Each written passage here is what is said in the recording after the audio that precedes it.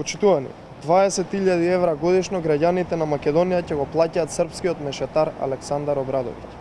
Што ќе бидат советите на Обрадовиќ кој е ангажиран во владата на Република Македонија, а е вдомен во канцелариите на Елем?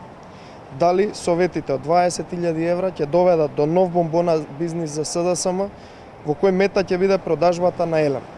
На кој начин Александар Обрадовиќ ќе заработи платата од 1700 евра бруто, која му се исплаќа директ од џебот на граѓаните? Со платата на Александар Обрадовиќ од 20.000 евра може да се исплатат дури 50 стипендии за најдобрите студенти. Или пак да се даде помош од 500 евра на 40 социјално загрозени семејства. Замислете, Заев крати од буџетот средства за капитални инвестиции, градинки, студентски домови, факултети и други ставки, а му дава 20.000 евра плата на мешетарот Александар Обрадовиќ.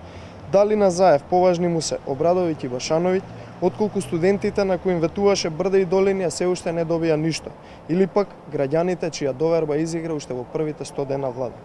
Александар Обрадовиќ на јавности е познат како неуспешен кадар во српската влада, за кој својствен е недомаќинскиот начин на работење. Обрадовиќ, кој е вработен во владата, за да се вдоми во Елем и да почне да го спроведува планот на спрегата Заев, Башановиќ, Обрадовиќ, насилно избрка двајца советници на директорот на Елем од своите канцеларии и тој се вдоми во нив. Раскалашеноста на владата на Заев и носи фатални и катастрофални последици на македонската економија. Неконтролираното трошење на пари од буџетот ќе доведе до крах на економијата на нашата држава. Неспособноста на владата на Зоран Заев веќе препознаа граѓаните.